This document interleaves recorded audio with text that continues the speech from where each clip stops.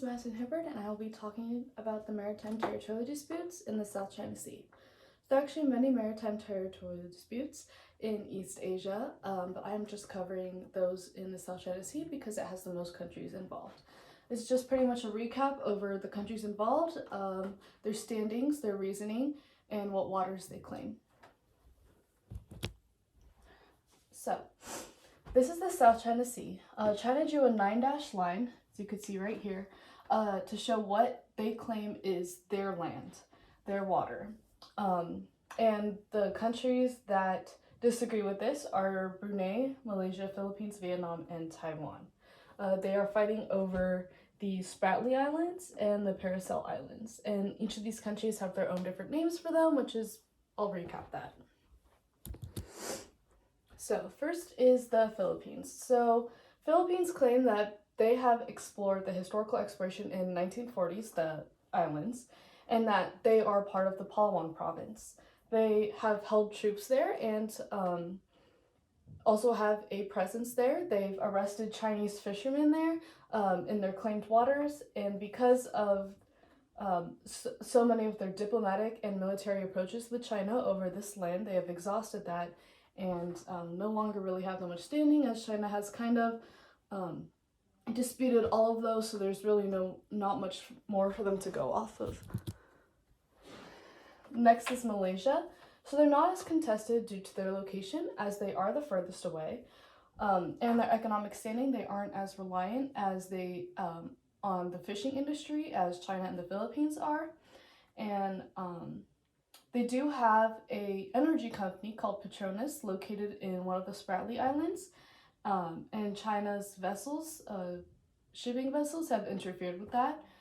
They have also detained Vietnamese fishing vessels in their claimed waters. So any Vietnamese boats that have crossed into what they claim is their sea have been detained before in Malaysia. So next is Vietnam. They've had active vessels in these waters since the 17th and 19th century. So the Paracel Islands, during the French colonialism in Vietnam, once the French left and Vietnam gained their freedom, the French had also occupied the Paracel Islands, and because Vietnam has gained freedom from the French, they claim that the Paracel Islands were passed down to them. Their diplomatic efforts with China are more sufficient than other claims because they are closer allies, and they also have regular patrols in these waters by their state's navy. Next is Taiwan. So they've controlled the Strata since 1946, the Spratly Islands. The largest of these islands, of the Spratly Islands, they named Taiping, and they've occupied Taiping since 1956. They also have the Coast Guard stationed at Taiping, and even though they have claimed that these are their waters, they have refrained from interfering or detaining ships from other nations that have passed through these borders. Lastly is Brunei. So they have a 2009 energy agreement with Malaysia. So Malaysia and Brunei are technically allies when it comes to sharing these territories or arguing over these territories. Their claims overlap with China, Taiwan, and the Philippines, as they are only trying to argue the Spratly Islands, not the Paracel Islands. And they claim everything 200 miles from the coastline, which is a little absurd.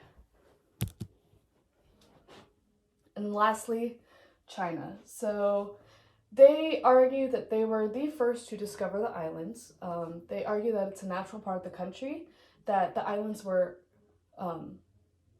originally part of their land that have over time dispersed into the waters. They claim it was under political jurisdiction since the Mongolian Empire, which is hundreds of years ago, and they have the biggest economic use and presence, and they haven't claimed sovereignty. Alright, and this is my presentation. I hope you guys know more about the maritime territorial disputes in the South China Sea. I believe that by the end of maybe 2030, because this has been going on since the early 2000s, that China will have eventually claimed the South China Sea as their own. Thank you.